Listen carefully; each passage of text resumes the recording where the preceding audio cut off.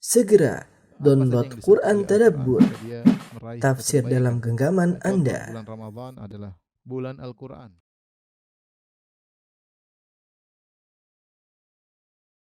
Bismillahirrahmanirrahim. Assalamualaikum warahmatullahi wabarakatuh.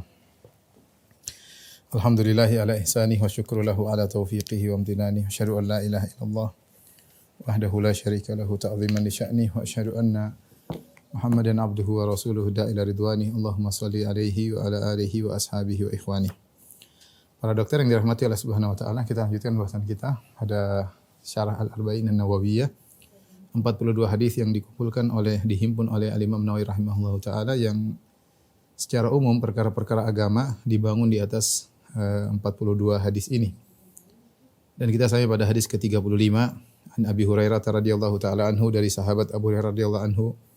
Beliau berkata, qala Rasulullah sallallahu alaihi wasallam, Rasulullah SAW bersabda, la tahasadu, janganlah kalian saling hasad. Wala tanajashu, dan jangan kalian saling melakukan najash. Nanti akan kita jelaskan maknanya najash. Wala tabaghadhu, dan janganlah kalian saling memusuhi, membenci. Wala tadabaru, dan janganlah kalian saling membelakangi dari dubur, yaitu belakang, jangan saling membelakangi. Wala yabi' ba'dukum ala bai'i ba'din, janganlah kalian menjual di atas penjualan saudaranya, sebagian yang atas yang lainnya. Wa kunu ibadallahi ikhwana, jadilah kalian hamba-hamba Allah yang saling bersaudara. Al-muslimu akhul muslim, seorang muslim adalah saudara bagi muslim yang lainnya. La yazlimuhu, dia tidak menzalimi saudaranya tersebut. Wa la yakhdhuluhu, dan dia tidak meninggalkan saudaranya ketika saudaranya butuh bantuannya. Wa la yakdzibuhu, dan dia tidak berdusta kepada saudaranya tersebut. Wa la yahqiruhu, dan dia tidak merendahkan saudaranya tersebut. At-taqwa hahuna, ketakwaan tempatnya di sini. Wa yushiru ila sadri thalatha marrat, Rasulullah SAW berisyarat kepada dadanya 3 kali. At-taqwa hahuna, takwa tempatnya di sini. Bias bimri'im minasyarri, cukup seorang melakukan keburukan atau dikatakan buruk, an yahqira akhahul muslim, jika dia merendahkan saudaranya sama muslim. Kulul muslim alal muslimi haramun, damuhu wa maluhu wa irduhu, setiap muslim haram atas muslim yang lainnya, itu haram darahnya, haram hartanya, dan haram harga dirinya. Rawahu Muslim, hadis riwayat Muslim. Hadis ini ikhwan dan akhwat yang Allah Subhanahu wa taala, para dokter yang Allah Subhanahu wa taala, intinya adalah mengajarkan untuk saling bersaudara. Karena di sini Rasulullah melarang banyak perkara yang tujuannya adalah agar saling bersaudara. Dan kita tahu bahwasanya Allah berfirman, ya, innamal mu'minuna ikhwah. Sungguhnya kaum mukminin adalah saling bersaudara. Ya. Kata Nabi sallallahu alaihi wasallam, al-mu'min lil mu'min kal bunyan yashuddu ba'dahu ba'dha. Sungguhnya seorang mukmin dengan mukmin yang lain adalah seperti satu bangunan, saling menguatkan antara satu dengan yang lainnya. Rasulullah SAW bersabda, mathalul mu'minin fi tawaddihim wa ta'atufihim wa tarahumihim kamathalil jasadil wahid idza syaka minhu 'udun tada'a sairul jasadi bis-sahri wal humma. Kata Nabi sallallahu alaihi wasallam, sungguhnya perumpamaan kaum mukminin di antara mereka dalam kasih sayang mereka, dalam rahmat di antara mereka, saling mencintai di antara mereka seperti jasad yang satu. Jika salah satu anggota tubuh sakit, maka yang lain juga akan merasakan sakitnya, bahkan sampai demam dan tidak bisa tidur. Ini gambaran yang seharusnya bagi kaum mukminin. Ya, Allah Subhanahu wa taala berfirman, innal ladzina amanu wa amilus solihati sayaj'al lahumur rahmanu wudda. Sungguhnya orang beriman dan beramal saleh, Allah akan memberikan al-wud, yaitu kasih sayang di antara mereka. Ya. Konsekuensi dari keimanan harusnya saling mencintai. Terlalu banyak dalil yang menunjukkan akan hal tersebut. Sehingga ketika ada kebencian, saling tidak mencintai, berarti ada yang tidak beres dalam keimanan dan amal soleh mereka. Ya. Inilah yang kesedihan yang kita lihat di antara kaum mukminin, ya. Terutama kalau sudah ada urusan duniawi, ya. Maka kemudian terjadi pertikaian, saling menjatuhkan, saling merendahkan, cari-cari kesalahan. Ya, yang hanya karena terkadang urusan politik, urusan duniawi yang tidak akan dibawa mati. Oleh karenanya, semua perkara yang mengantarkan kepada persatuan, semuanya disyariatkan. Semuanya yang bisa mengantarkan kepada persatuan, maka disyariatkan. Seperti apa contohnya? Tebar salam.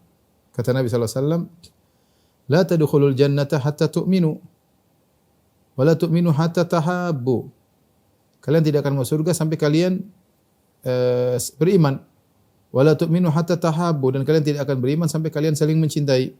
Awala adullukum ala syai'in idza fa'altumuhu tahabbtum, maka aku tunjukkan kepada kalian suatu perbuatan yang kalian, jika kalian kerjakan, kalian saling mencintai.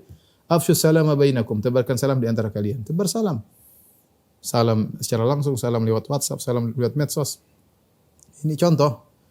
Kata Nabi SAW contohnya, la tahqiranna minal ma'rufi syai'an walau an talqa akhaka biwajhin taliq.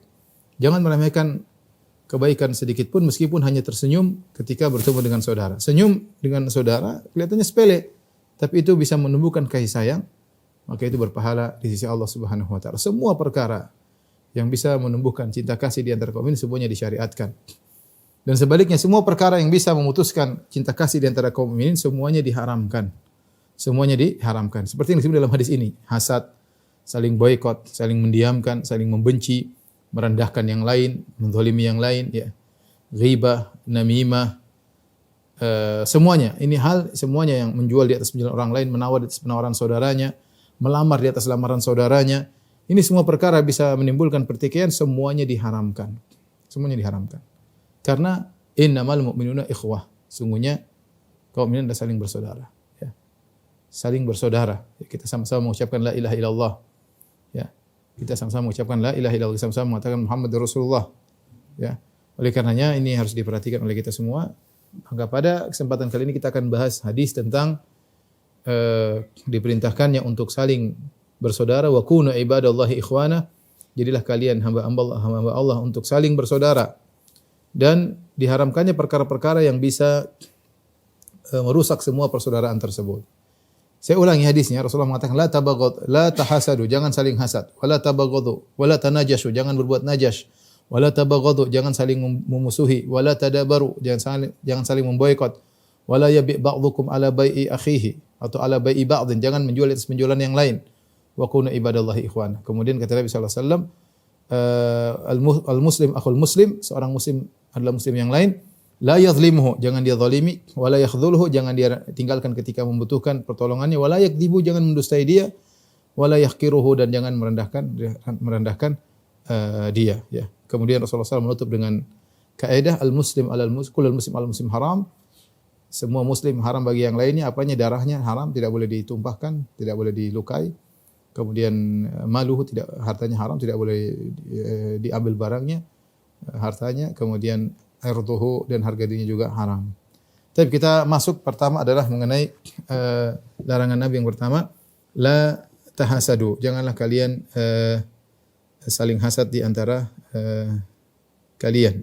Tapi siapa namanya, Ibnu Rajab Al-Hambali rahimahullah menyebutkan 4 model orang hasad. Hasad itu sebenarnya apa? Hasad itu bahasa kita apa? Dengki, iri, ya. Kalau bahasa milenialnya syirik. Jangan syirik kamu, maksudnya jangan hasad, bukan syirik syar'i, tapi jangan hasad. La tahasadu. La tahasadu artinya jangan saling hasad. Ini peringatan dari Nabi. Kalau ada orang hasad sama kamu, kamu jangan balas dengan hasad lagi. Hasad enggak boleh, apalagi saling hasad-hasadan. Artinya jangan kau balas hasad dia dengan kau juga hasad kepadanya, enggak boleh. Ya. Dan hasad, apa makna hasad? Hasad ada yang mengatakan tamanni zawali ni'mah anil ghair, yaitu berangan-angan agar orang yang memiliki kenikmatan dihilangkan dari Allah Subhanahu wa taala. Ya. Berangan-angan agar kenikmatan yang ada pada orang lain hilang. Bahkan Ibnu Taimiyah rahimahullahu taala memberi definisi tentang hasad lebih sempit lagi dan lebih luas lagi dan lebih daqiq, lebih detail. Itu dia mengatakan karahiyah an-ni'mah 'alal ghair. Dia tidak suka kalau orang dapat kenikmatan. Itu sudah disebut hasad. Sudah disebut dengan hasad. Dia tidak suka kalau orang lain dapat kenikmatan. Ya. Taib. Hasad, ya. Kita singkat saja, ya. Hal-hal yang berkaitan dengan hasad? Buruknya hasad. Yang pertama, ya. Hasad adalah akhlak orang-orang buruk, akhlak iblis. Akhlaknya siapa? Iblis, Yahudi, Qabil yang membunuh Habil,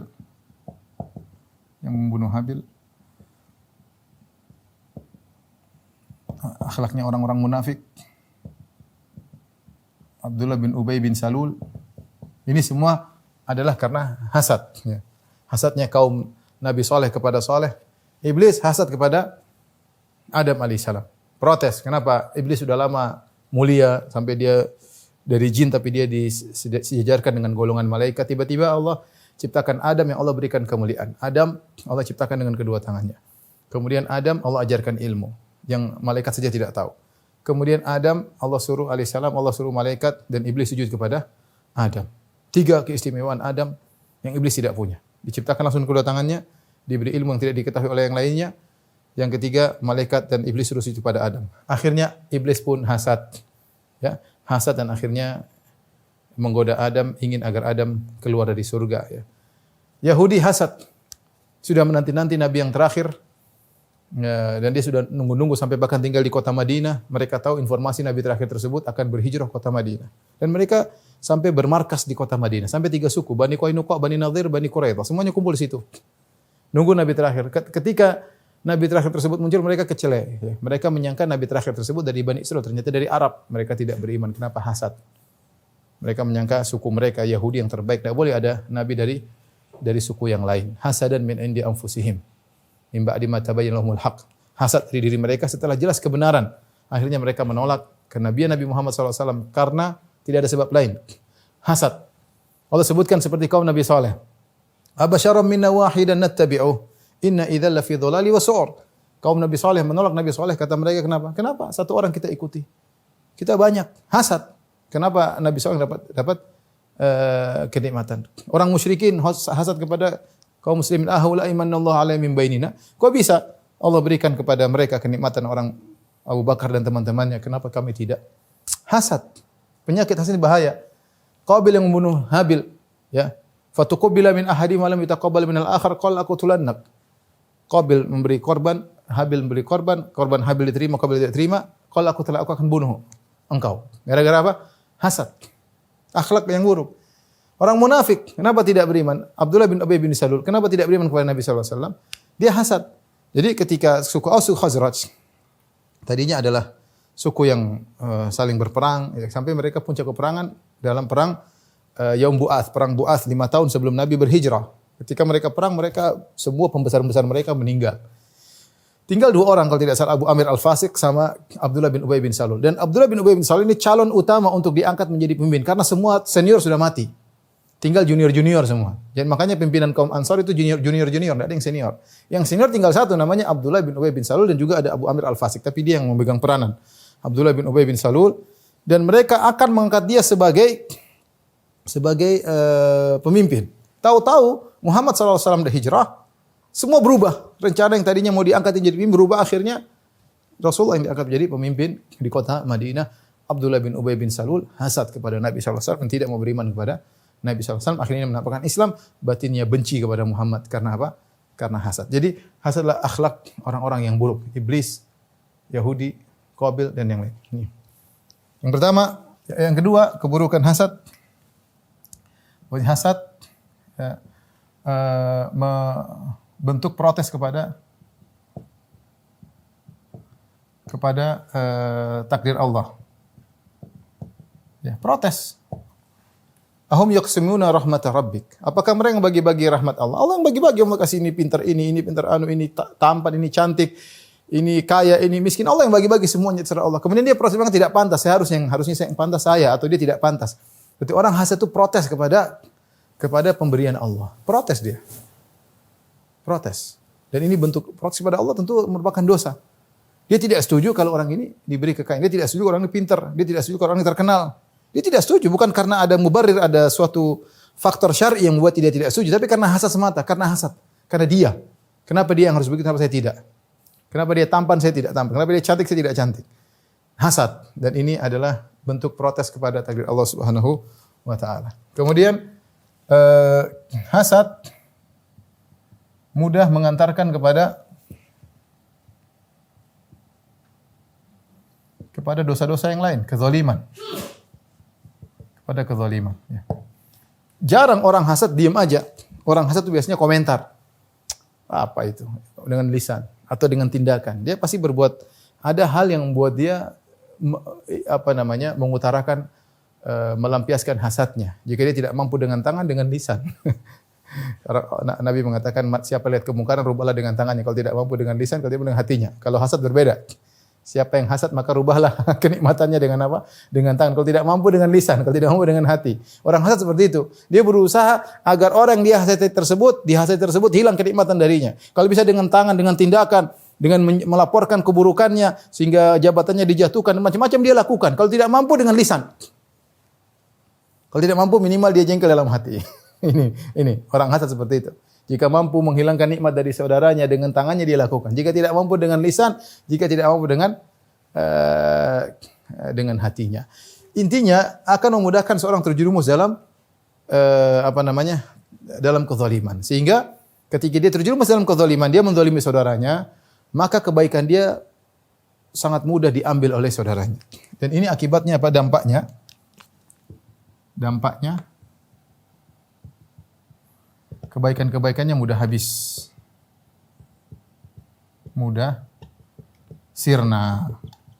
Entah dihapus, entah di-offer bisa jadi di-offer kepada orang yang dia zalimi. Dan dalam hadis yang sanadnya diperselisihkan, tapi matanya benar, kata Nabi SAW, iyyakum wal hasad. Fa innal hasada ya'kulul hasanat kama ta'kulun nara al-hatab. Kata Nabi, waspadalah kalian dengan hasad. Sungguhnya hasad itu akan memakan kebaikan-kebaikan sebagaimana api memakan kayu bakar. Seperti api makan kayu bakar. Perhatikan, Rasulullah menyamakan hasad dengan api. Hasad itu akan menghabisi kebaikan seperti api yang makan kayu bakar. Dari sisi apa? Dari sisi cepat. Cepat habis. Kita kalau bakar kayu bakar, cepat habis. Cepat. Hasad demikian. Orang kalau hasad, kalau dia tidak lawan, dia mudah zalimi saudaranya dengan lisannya, dia ghibah, dia namimah, dia cari-cari kesalahannya, dia rendahkan.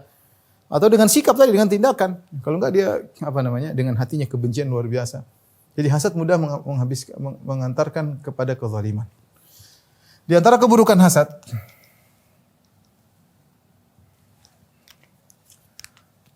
orang yang pertama dia zalimi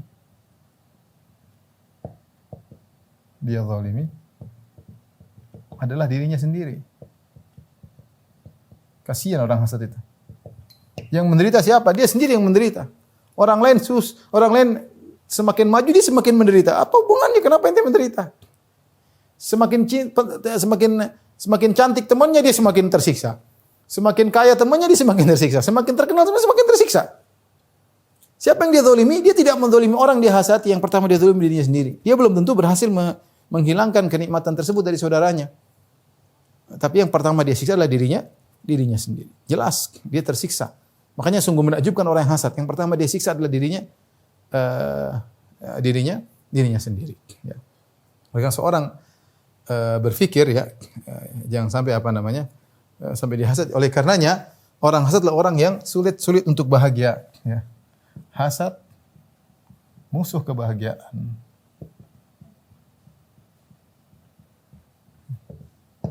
Orang mau hasad mau bahagia susah. Dia tidak akan bahagia, sedikit-sedikit hasad. Lihat sana cemburu, susah, dia tidak akan bahagia. Mau bahagia jangan hasad. Ini belum lagi kita bilang ini hasad merupakan dosa ya. Intinya hasad merupakan dosa. Ya, hasad adalah dosa yang akan dihisab hari kiamat.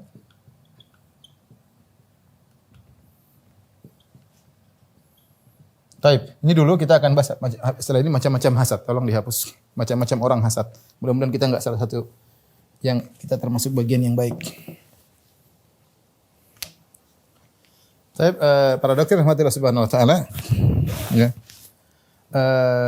Hasad ini biasanya terjadi pada orang-orang yang satu kegiatan ya. Artis hasad sama artis. Dokter hasad sama dokter anak hasad sama dokter anak. Seperti itu, biasanya gitu. Ya, tukang becak dengan tukang becak, pemilik restoran dengan pemilik restoran, penjual buku dengan penjual buku, kemudian pemilik mall dengan pemilik mall. Kalau tukang becak, lagi ngebecak depan mall, dia tidak akan hasad sama tukang mall. Meskipun harusnya kalau itu kan yang kaya punya mall, tapi dia tidak hasad sama yang punya mall, dia hasad sama yang tukang becak sama dia. Dia hasad sama yang tukang becak sama dia. Ya, seperti itu. Jadi biasanya mereka hasad pada yang memiliki satu profesi. Ustadz dengan ustadz sama, penuntut ilmu, pemilik harta, dai dengan dai, dan itu demikianlah yang terjadi. Nah, kita ingin tahu model-model orang hasad.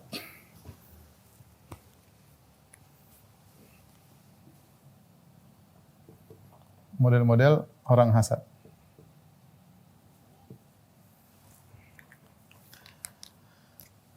Yang pertama, yang berusaha menghilangkan kenikmatan dari orang yang dia hasati.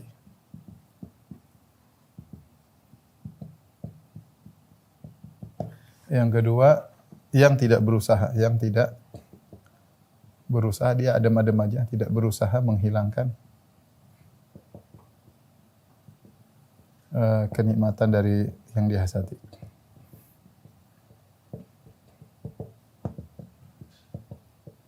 Ini disebutkan oleh Ibnu Rajab dalam kitabnya Jami' Ulumul Hikam. Kemudian yang berikutnya, yang berusaha sama seperti orang yang dia hasati. Yang ketiga, yang berusaha, yang keempat ya, berusaha menghilangkan hasad dari hatinya.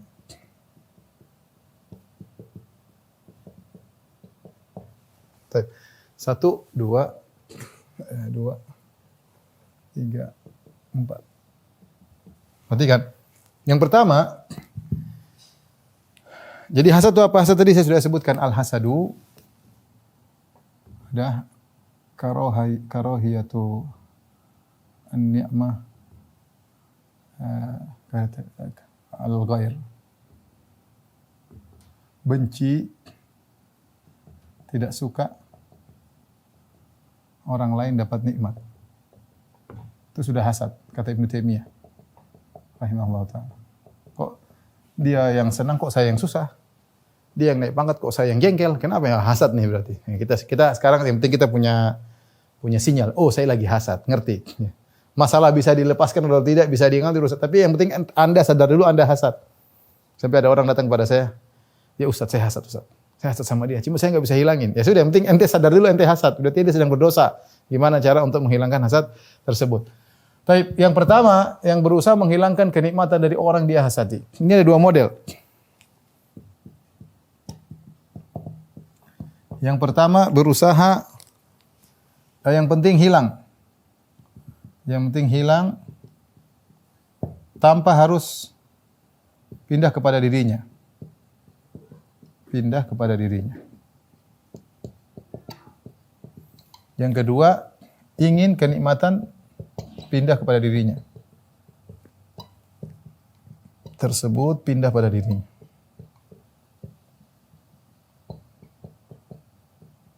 Contoh, ingin kenikmatan tersebut pindah dirinya, contohnya apa? Contohnya misalnya kerja satu kantor, ini jadi direktur, dia pingin, pokoknya orang ini harus saya ungkap kejelekannya, kerjaannya buruk, saya lapor kepada atasan supaya dia dipindahkan dari direksi, saya gantinya. Itu namanya pingin hilang dan dia yang ganti tempatnya. Itu parah ini, parah.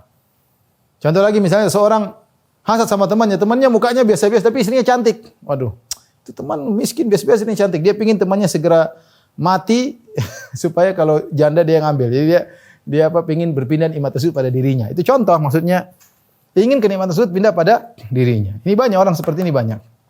Tapi ada yang lebih parah yang menunjukkan busuknya hati. Ini yang penting hilang tanpa harus pindah pada dirinya. Ini busuknya hati. Ini hasadnya siapa? Inilah hasadnya iblis. Hasadnya iblis. Iblis dan hasadnya Yahudi. Iblis apa yang dilakukan? Dia tidak suka Adam di surga. Dia bukan ingin Adam masuk neraka kemudian dia yang menempati surga. Enggak. Pokoknya Adam turun dari surga, enggak masuk surga, itu yang dia inginkan. Pokoknya saya nanti masuk neraka, teman-teman saya banyak sama saya. Dia pingin orang itu miskin seperti dia. Bukan dia menggantikan posisi si kaya. Hatinya busuk banget orang seperti begini. Jilat orang pintar nggak mau, dia pingin orang itu goblok seperti dia. Tidak harus dia yang jadi pintar, enggak. Dia pingin orang itu goblok seperti dia. Dia pingin orang itu miskin seperti dia. Dia pingin orang tersebut jatuh seperti orang. Iblis ingin anak-anak Adam masuk neraka seperti dia. Seandainya kalau dia cerdas, ya maksudnya kalau model pertama kan sudah Adam masuk neraka, saya yang masuk surga. Itu namanya model pertama. Itu ada apa namanya? Ada tujuan. Ini enggak, ini parah. Pokoknya dia puas. Makanya ini paling parah kata Ibnu Rajab, ini paling parah ini. Hasadnya iblis. Enggak apa-apa, yang penting dia miskin seperti saya, dia masuk neraka sama seperti saya, enggak ada masalah. Meskipun saya tidak harus masuk surga, enggak ada masalah. Saking jengkelnya. Sama Yahudi. Yahudi, Nabi terakhir Nabi Muhammad SAW sudah mau diapain? Tidak ada Nabi lagi. Ya, tidak Nabi. Yang penting Nabi Muhammad tidak diakui sebagai Nabi. Tidak harus kami yang menggantikan posisi, tidak harus. Pokoknya Muhammad bukan Nabi. Orang Arab tidak diakui kenabiannya. Yang penting gitu. Hasadnya Yahudi sama hasadnya iblis. Jadi parah yang ini ya. Ini nomor 1, hasad paling top. Ya. Ini nomor 2. Ya. Baik. Yang berikutnya, yang tidak berusaha menghilangkan kenikmatan dari yang dia hasati. Dia hasad tapi dia tidak lam yabghi, tidak berbuat zalim. Kalau ini berbuat zalim, ini berbuat zalim. Ini berbuat zalim. Dengan usaha menjatuhkan dengan tangan, kalau tidak bisa dengan lisan, dengan tulisan, dengan lapor, dengan mengungkap keburukan-keburukannya, cari sana cari sini. Bongkar akunnya dimasuki di hack dan macam-macam. Intinya dia ingin menjatuhkan dan itu sangat mungkin terjadi. Kadang berhasil, kadang enggak berhasil. Yang kedua, yang tidak berusaha menghilangkan kenikmatan dari dia hasati, tidak menzalimi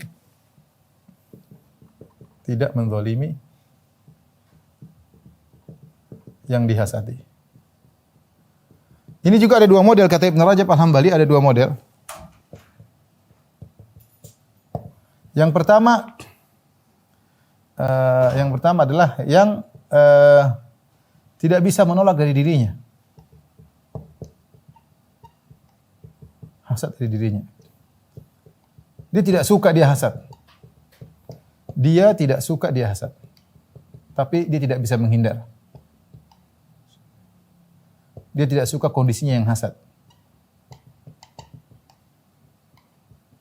Tapi dia tidak bisa menghindar. Maka orang seperti ini, ya gimana saya hasad? Tapi dia tidak ngomong kejelekan orang tersebut, enggak. Dia jaga lisan, dia cuma enggak suka aja orang itu kaya, dia enggak suka, tapi ya udahlah. Orang ada kesempatan untuk jatuhin orang tersebut, dia tidak jatuhin, dia enggak mau zalim. Dan dia tidak suka dia hasad. Ini ada orang seperti gini. Dia enggak suka kondisi dia, tapi tidak bisa menghindar. Banyak seperti ini. Dia enggak pingin marah, tapi dia marah. Dia enggak pingin syahwat, tapi dia bersyahwat. Mau diapain? Ada kondisi dia tidak bisa kontrol hatinya. Manusia itu lemah. Kadang hatinya tidak bisa dia kontrol. Ini contoh. Dia tidak bisa menolak hasad dalam dirinya. Orang seperti ini, para ulama mengatakan tidak berdosa. Karena dia tidak suka dengan ini la yukallifullahu nafsan illa wus'aha. Seorang tidak dibanding luar kemampuannya. Tapi yang kedua, yang sengaja memunculkan hasad.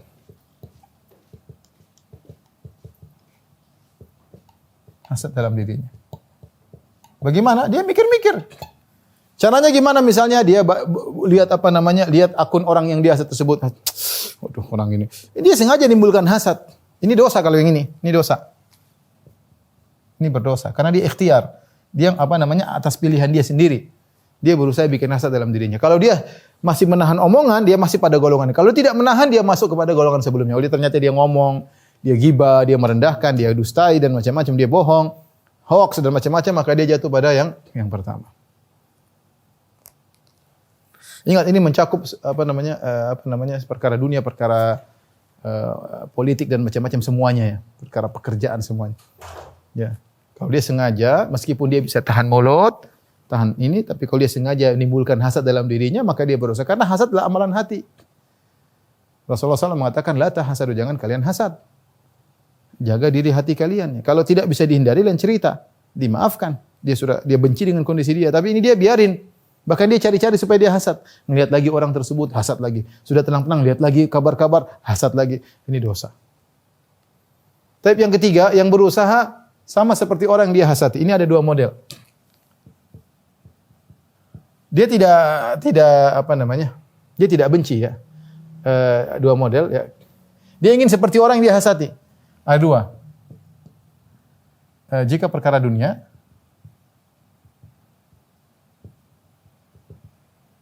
ya, maka merugi.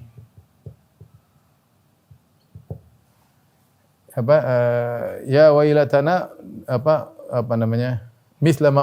Kami diberikan mislama utia Qarun. Ya, ayatnya gimana?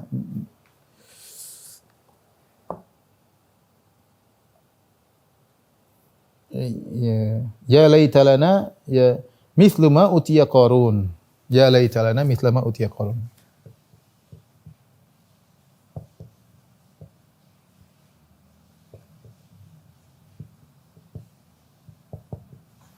Orang-orang mengatakan, seandainya kami dapat harta seperti Qarun. Allah sebutkan dengan perkataan sebagian orang, berangan-angan punya harta seperti Qarun.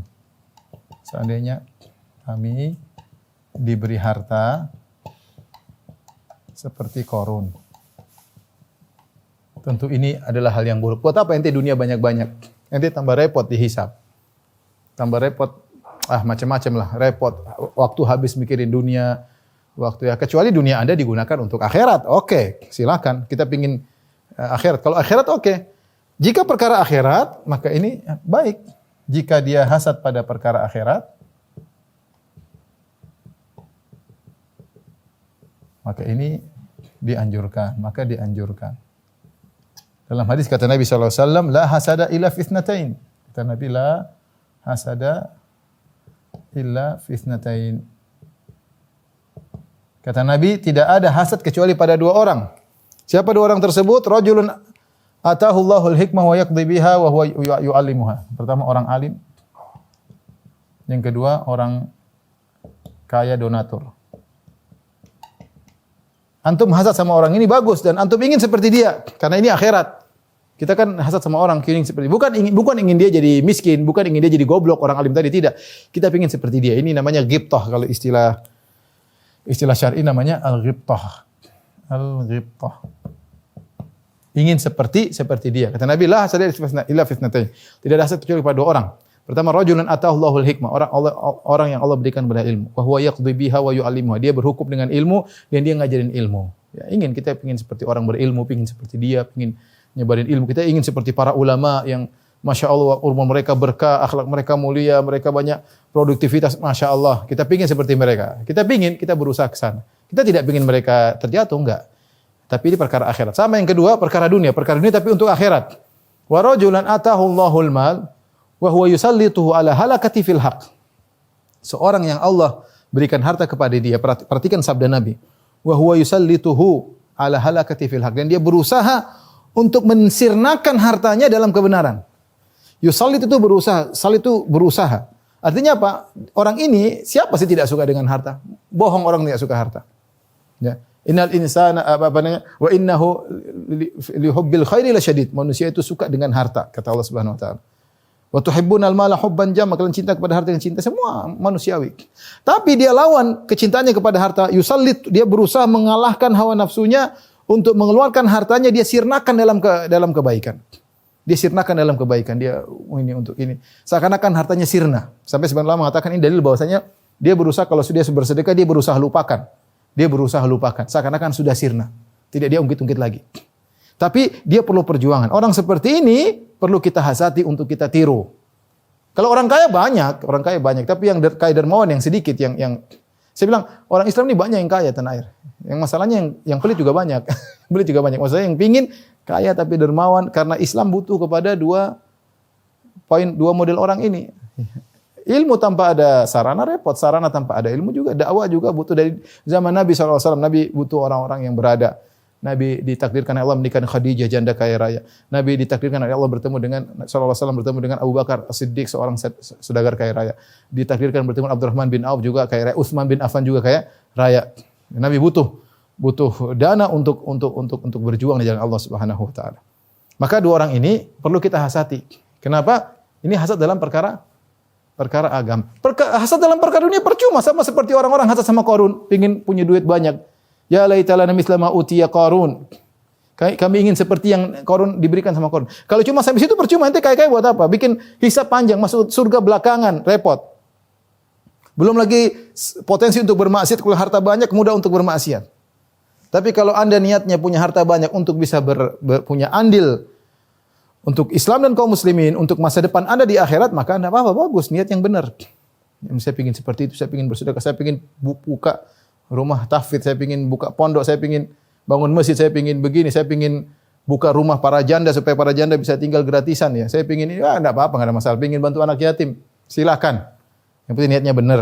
Niatnya benar karena Allah Subhanahu wa taala. Ini model ketiga. Model keempat, yang berusaha menghilangkan hasad dari hatinya. Ini yang terbaik. Ini yang terbaik. Caranya bagaimana? Menghilangkan hasad dari hatinya. Dia dihasad sama orang tersebut, tapi dia berusaha menghilangkan. Dengan apa? Dengan mendoakan orang yang dia hasati. Dia doakan. Dia tahu dirinya dia hasad. Kemudian tadi dengan memberi hadiah kepada orang yang dia hasati. Di antaranya memujinya di hadapan orang lain. Ini di antara cara-cara. Sehingga kalau dia lakukan ini, dia mendoakan orang yang dihasati, ya Allah, angkatlah derajatnya, ya Allah, dia sudah berjuang, ya Allah, terimalah sedekahnya, ya Allah, terimalah dakwahnya. Doain. Dia kasih hadiah, di bawah hadiah, meskipun dia jengkel sama dia hasad, tapi dia kasih hadiah. Allah akan ganti semuanya, ya. Allah akan ganti dengan kebaikan. Ya. Memujinya, dia orang lagi puji, itu orang masya Allah, iya memang dia hebat memang. Bukan kita jatuhkan, itu cuma begitu aja kok, cuma itu yang diajarkan kok. Itu namanya kita menjatuhkan, kita hasad berarti. Kalau kita nggak hasad, iya semoga Allah beri petunjuk, masya Allah dia dakwanya, masya Allah dia sedekahnya, masya Allah dia pengorbanannya buat Islam. Kita malah puji, bukan depan orang tadi, kita puji depan orang lain. Kalau seorang berusaha menundukkan hatinya melakukan tiga ini, maka akan berubah menjadi cinta kepada orang yang dihasati. Dan Nabi SAW mengatakan, la yu'minu ahadukum hatta yuhibba li akhihi ma yuhibbu li nafsihi. Kita sudah bahas dulu, tidak beriman salah seorang dengan sempurna sampai dia menghendaki kebaikan bagi saudaranya apa yang dia sukai untuk dirinya, ya. Baik. Inilah macam-macam model-model hasad, ya. Baik, masih ada waktu ya. Kita lanjutkan satu poin lagi mungkin bersambung ya. Berikutnya adalah sabda Nabi SAW, wala tanajashu. Wala tanajashu. Atau kita selesaikan. Wala tanajashu. Najash. Wala tanajashu. Sekali lagi saya ingatkan, wala tahasadu. Jangan sekalian menghasati. Kalau ada orang hasad sama kita, yang kita balas hasadnya. Jangan dibalas dengan hasadnya. Dia hasad sama kita, idfa billatihi ahsan. Dia hasad sama kita balas dengan kebaikan. Ya, agar dia tidak hasad sama kita. Banyak orang hasad kepada kita karena enggak kenal sama kita. Makanya kita dekati, kita kasih hadiah, kita salam. Insya Allah dia berubah. Kita niatkan, ya Allah, hilangkan hasad dari dirinya, ya. Kita dekati, kita baiki, ya. Kalau kita yang hasad, ya kita yang kasih hadiah seperti tadi yang saya sebutkan. Kalau ada orang hasad sama kita tahu dia hasad sama kita baiki dia. Kita baiki dia. Tak kenal maka tak sayang. Kalau dia kenal kita, insya Allah dia sayang. Setan ingin mengadu domba di antara kita. Setan ingin mengadu domba di antara kita. Yang paling parah kalau sudah ada diadu domba pemimpin, diadu domba yang banyak kan, ikut habis-habisan di bawah banyak. Ustadz kalau sudah diadu domba, di bawahnya pengikutnya banyak. Masing-masing pasti punya gap, pasti itu sudah tidak bisa dihindari. Akan menjala dan setan sangat senang. Ya, sudah. Caranya gimana? Yang di atas yang dihasati. Makanya kalau kita sadar ada orang hasad sama kita, enggak usah dibalas dengan hasad. Justru kita doakan, kita kasih kebaikan agar dia kenal sama kita dan sayang sama kita. Kita dituntut untuk saling mengasihi di antara kaum mukminin. Taib yang berikutnya, wala tanajashu. Janganlah kalian saling berbuat najash. Najash itu apa? Najash sederhananya, gambarannya begini. Ada teman kita jualan, si A jualan misalnya. Kemudian si B menawar, kita si C. Si A jualan, si B menawar. Kita pingin nolong si A. Misalnya itu barang harganya 100.000, kita pingin barang ini laku 150.000. Si B mulai nawar, ini 100.000 ya. Karena kita bantu si A dan kita sudah sepakat sama si A, kita bilang, B, kok enggak tahu ini? Ini barang ini jarang, ini langka barang seperti ini. Saya pengen beli deh 120, sudah saya aja yang beli. Kita padahal enggak pengen beli. Kita kasih gambaran seakan-akan barang ini mewah, berharga, sehingga akhirnya si B tadi yang ingin beli terprovokasi. Jadi An-najas dalam bahasa Arab artinya provokasi. Al-itharah. Al-itharah, provokasi. Al-itharah bil hiyal wal makr. Secara bahasa ya.